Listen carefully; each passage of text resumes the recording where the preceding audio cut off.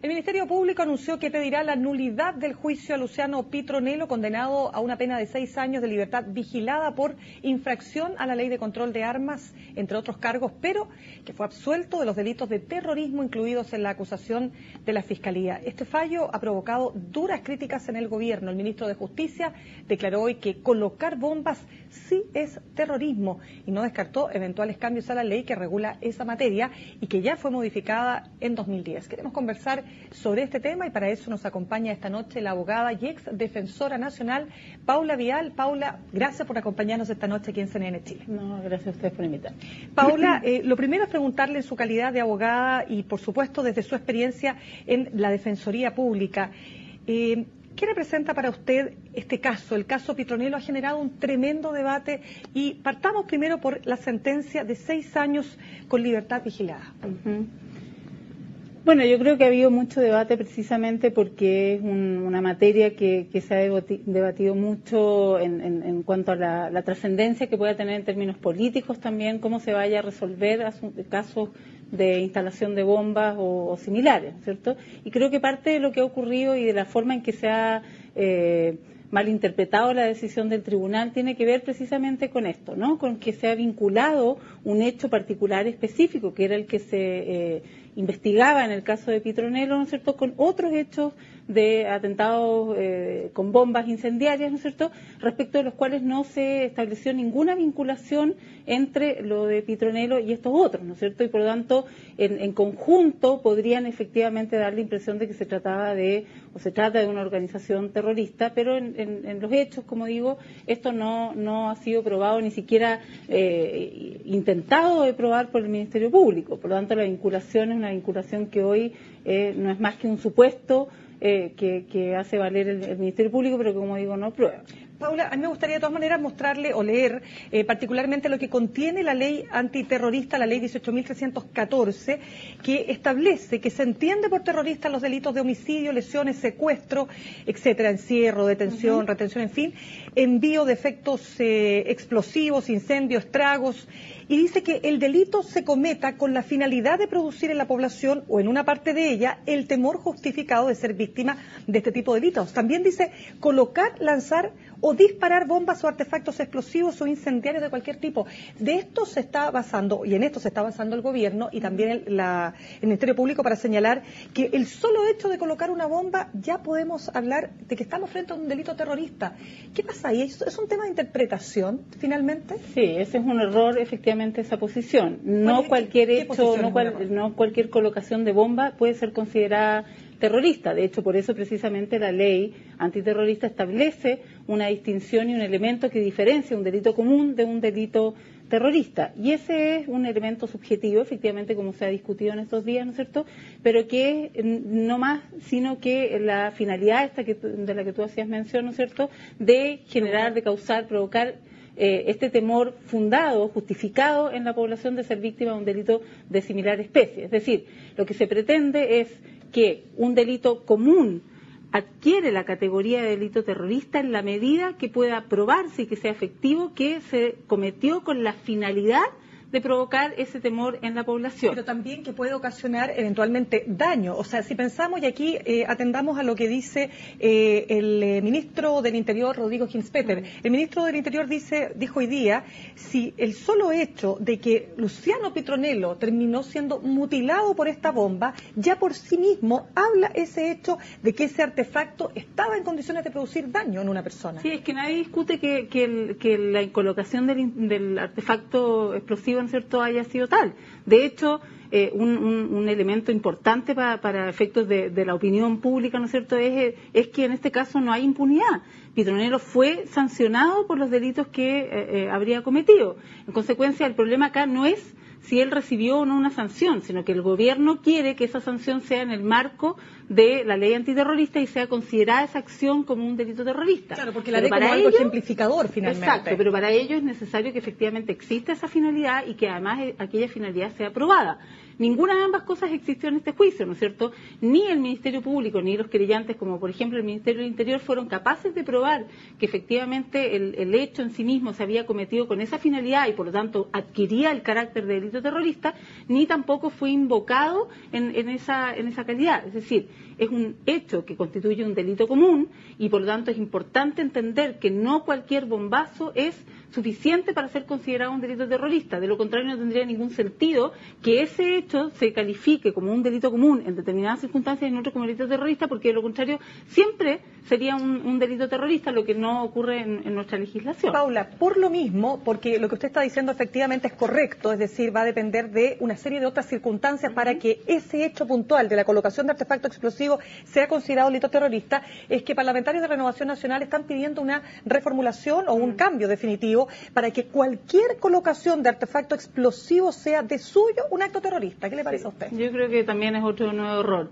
De hecho, esta es una ley que se modificó hace nada, ¿no es cierto? Se modificó a fines del año 2010 a instancias del propio Ejecutivo, digamos, el mismo gobierno que hoy está criticando el tenor de la ley, es quien propuso un texto como el que hoy actualmente rige, ¿no es cierto? Y se hizo precisamente para resolver aquellos espacios de error o de duda, ambigüedad que podían existir en la ley, que se estimaba, ¿no es cierto?, podían llevar a errores en su configuración y en su aplicación práctica en materia de delitos terroristas.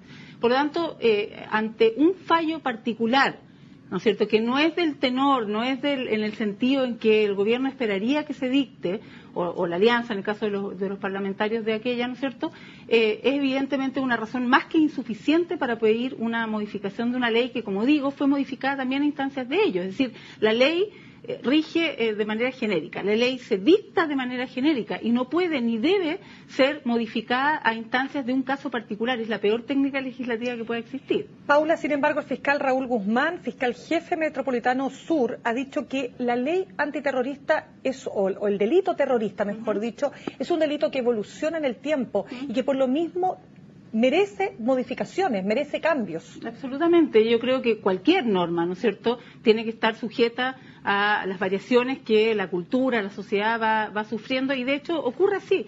Pero cuando tú tienes una modificación de una ley que se produce en el año 2010, es decir, hace menos de 2 años, y la forma de enfrentar esta modificación o un fallo desfavorable a sus intereses, ¿no es cierto?, es señalar que esa modificación no ha sido la adecuada y que además la evolución de las propias instituciones es la que requiere o la que amerita, ¿no es cierto?, que esta norma sea modificada. A mí me parece que obviamente es un argumento que se cae por su propio peso. Es decir, no tiene ningún sentido una modificación de hace menos de 2 años que hoy se señale que la necesidad o el argumento por cual esta debe modificarse es la evolución natural de las instituciones. Esa modificación que se produjo en el año 2010, ¿no es cierto?, fue, como digo, a instancias del Ejecutivo, fue además muy aplaudida por las autoridades que son las mismas que hoy lo están criticando. Por ejemplo, en el caso del ministro Hinspeter, si me permites encontrar la cita textual, él señaló expresamente, ¿no es cierto?, que esa modificación era una que se requería, no encuentro ahora, por supuesto, no, acá está. Él señaló, los jueces solo deben juzgar las conductas que se ejecutan y no la personalidad de la persona o la mayor o menor probabilidad de que ésta pueda volver a cometer el delito.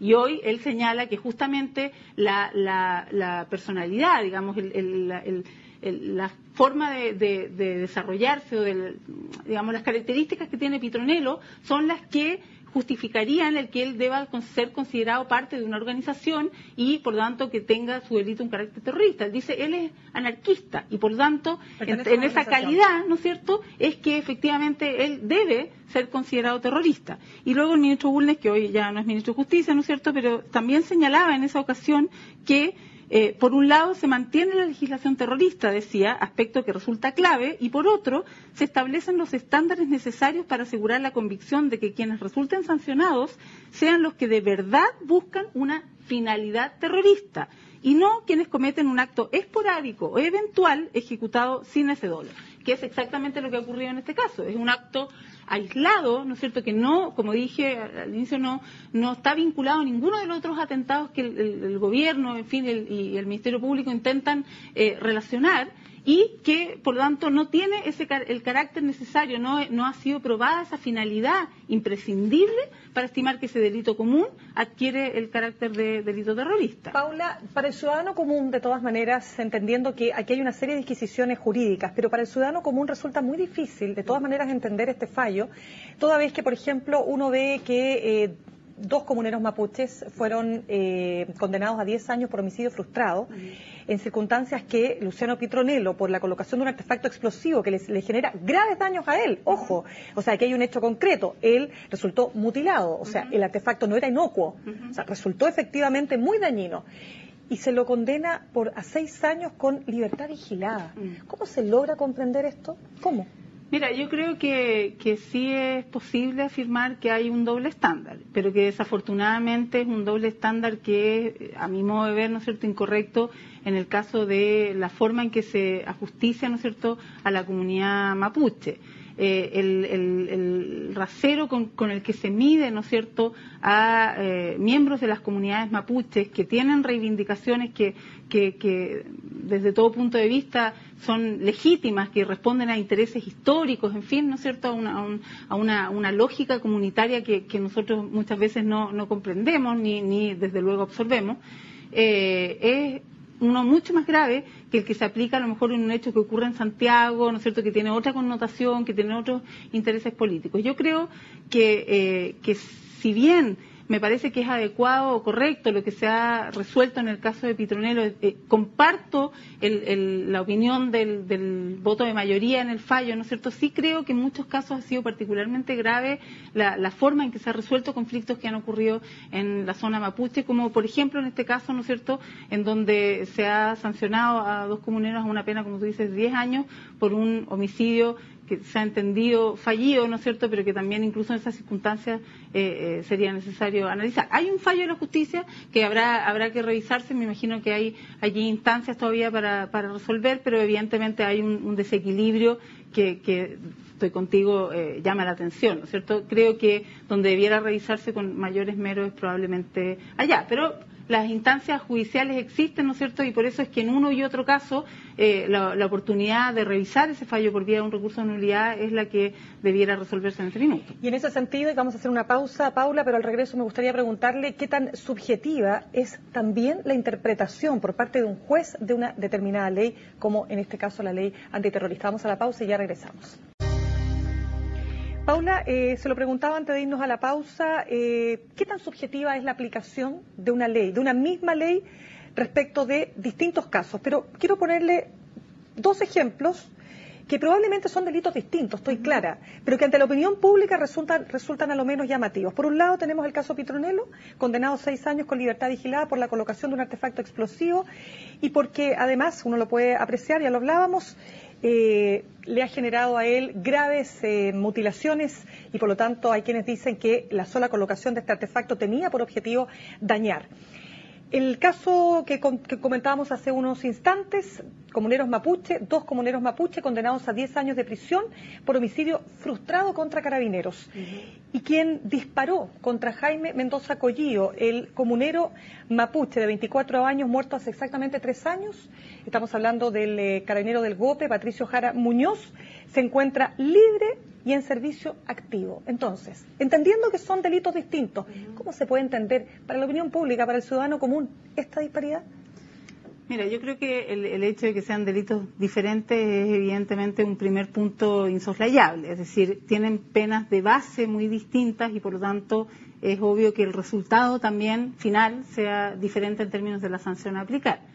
Pero además yo creo, y compararía en ese caso los últimos 2 fallos que mencionas, precisamente porque ambos ocurren en la zona mapuche, ¿no es cierto? Ambos involucran en un caso sujeto activo, en otro sujeto pasivo, ¿no es cierto? Víctima, victimario de estos delitos a mapuche, y allí la diferencia es bien notable. O sea, que en un caso en donde hay un homicidio consumado, el autor no solo esté libre, sino que en servicio activo actualmente, ¿no es cierto? Y tenga una pena, por lo tanto, menor a la de 5 años, ¿no es cierto? y en el otro, por un intento o un delito frustrado, parece que finalmente fue acusado de homicidio de un general, tenga una pena que sin duda va a ser efectiva, porque es de 10 años, ¿no es cierto?, es algo que a veces resulta incomprensible y mucho más para la opinión pública. Hay elementos que justifican esto, ninguno de ellos probablemente está fuera de la ley, más que en el ámbito de una interpretación de una norma distinta o no, pero tiene que ver con las agravantes, con las atenuantes, con la forma de comisión del delito, ¿no es cierto?, como digo, del delito base y todo. Pero evidentemente hay algo allí que responder, hay algo que revisar en esa zona. ¿Por qué un delito con resultado consumado, ¿no es cierto?, tiene una pena tan baja y una sanción que permite que ese sujeto esté en servicio activo en una institución como Carabineros, ¿no es cierto?, y en otro caso tenga una pena tan alta? Finalmente yo creo que en materia de interpretación de la ley, efectivamente los jueces tienen un ámbito de discreción. La ley nos señala con límites bien demarcados, dentro de los cuales el juez no se pueda mover, ¿no es cierto?, cuáles son las sanciones a aplicar en un caso determinado. Es decir, hay una sanción que es el marco dentro del cual el juez se mueve, pero hay muchos factores que inciden en la pena final que se le va a aplicar a ese caso en particular, a ese sujeto en particular. Y eso está dentro de la lógica de sentenciar, de la lógica de cómo funciona el sistema, y que además contempla la posibilidad de interponer recursos y que sean tribunales superiores los que ratifiquen o rechacen ese criterio. Pero evidentemente esa capacidad de movimiento es la que muchas veces determina que haya una pena tan distinta a otra en un caso determinado. Por lo mismo, Paula, ¿son los jueces también de alguna manera permeables frente a las presiones externas? ¿Frente al contexto social? Yo creo que esa es una definición compleja, sin duda, ¿no es cierto? Los jueces son personas y indudablemente viven en sociedad, y por lo tanto es posible que haya algunos factores que incidan en su parecer, incluso en la forma de enfrentarse a la norma. Sin embargo, yo creo que en general los jueces, ¿no es cierto?, tienen una formación distinta, tienen una forma de acercarse a la norma, una forma de resolver los conflictos que es distinta al común de las personas, ¿no es cierto? Y por lo tanto, en general, yo diría que la posibilidad de permear sus decisiones es bastante menor que a lo mejor la que puede ocurrir con otras instituciones como el persecutor, ¿no es cierto?, el Ministerio Público, como se ha visto en la práctica.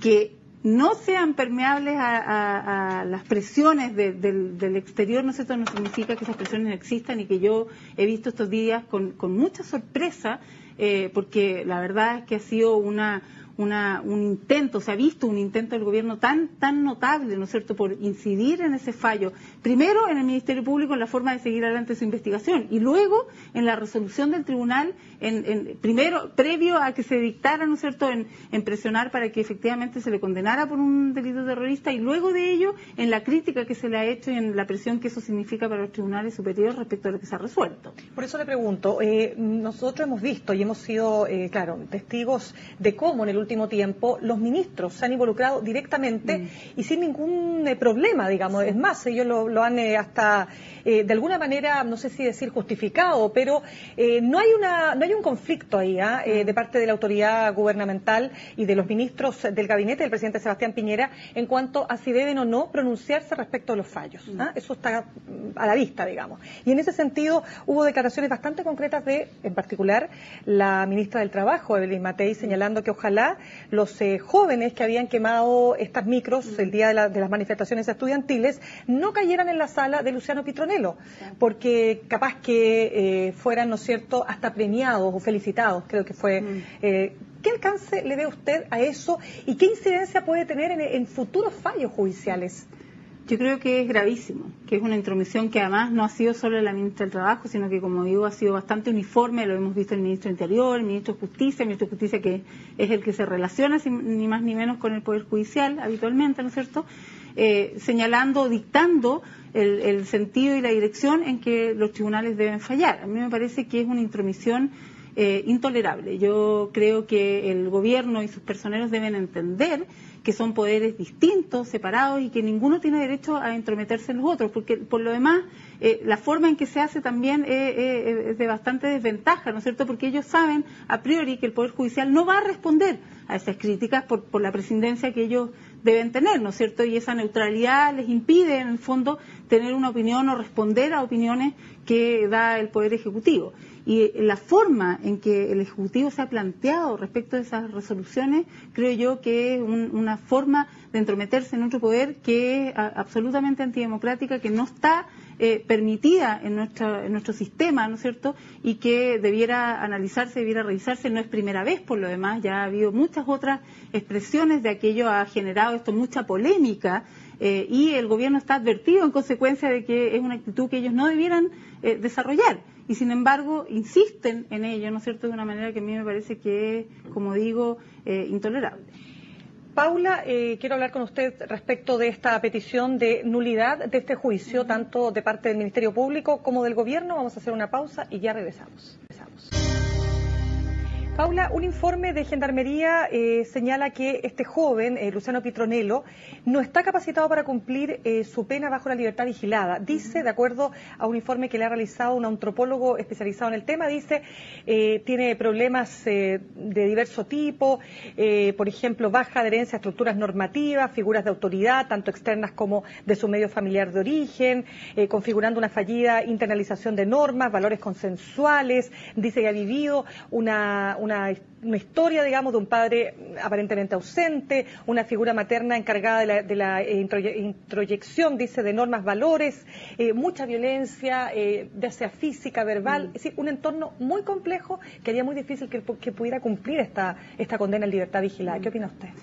Bien, yo creo que, no ignoro el contenido específico del más que las referencias que tú haces, ¿no es cierto?, pero me imagino es un informe presentencial que se llama, ¿no es cierto?, que es un elemento más que el tribunal considera a la hora de determinar o de resolver si es que va a aplicar o no alguno de los beneficios alternativos que la ley contempla.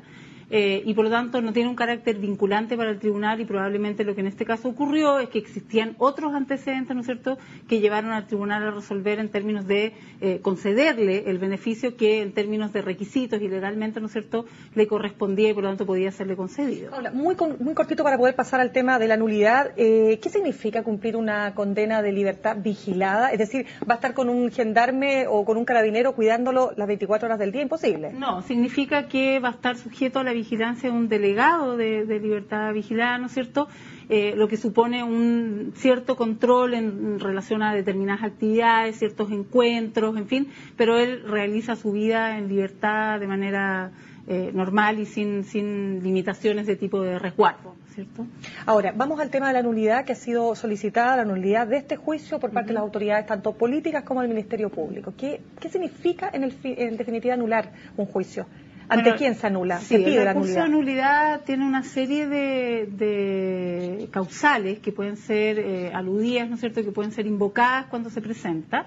Y dependiendo del tipo de causal es que va a corresponder que sea la Corte de Apelaciones como tribunal superior del tribunal oral el que va a resolver ese recurso, o bien la Corte Suprema, ¿no es cierto?, por lo que se ha mencionado en términos de lo que en principio sería la causal a invocar, ¿no es cierto?, que habría una errónea aplicación del derecho, debiera ser la Corte Suprema quien resolviera, pero eso va a haber que determinarlo y resolverlo en el momento en que se presente efectivamente este recurso que solo va a poder ser redactado y presentado en la medida que ellos hayan conocido con detalle la sentencia que recién fue dictada el día de ayer, ¿no es cierto?, y a partir del conocimiento de esos argumentos puedan rebatirlos de la manera que les parece pertinente. Ya tienen un antecedente relevante que es el voto de minoría en su veredicto, ¿no es cierto?, que establece a grosso modo cuáles son los principales argumentos a partir de los cuales no concuerda con la opinión de mayoría, ¿no es cierto?, y en consecuencia está a favor de la aplicación de la ley antiterrorista y considerar este delito como un delito terrorista. Pero será ahora el momento en que ellos van a determinar específicamente cuál es la causal que van a solicitar y en consecuencia cuál es el tribunal que pretenden que resuelva este recurso, sin perjuicio de que aún presentado ante el tribunal, ante la Corte Suprema, ¿no es cierto?, puede también derivarlo a la Corte de Apelaciones para que lo resuelva. Bien, y de aprobarse entonces esta nulidad, ¿esto sería una derrota para los jueces que aprobaron mayoritariamente no aplicar la ley antiterrorista, diría usted? Bueno, desde el punto de vista social, obviamente el que no se acoja tu argumento y que no se reafirme lo que tú has señalado puede ser considerado una derrota, pero simplemente es una distinta interpretación como la que ya existió en estos distintos votos. Ahora ese recurso puede acogerse y suponer que se vuelva a realizar un juicio o puede resolver de una manera distinta como ya lo hizo el tribunal sin necesidad de un nuevo juicio, y en ese caso, ¿no es cierto?, serán los argumentos del Tribunal Superior los que van a determinar el sentido del fallo. Muy bien, Paula Vial, muchísimas gracias por acompañarnos esta noche. A ustedes por invitarme. A ti. Cerramos de esta manera esta entrevista. Los dejo invitados para que continúen en sintonía de CNN Chile.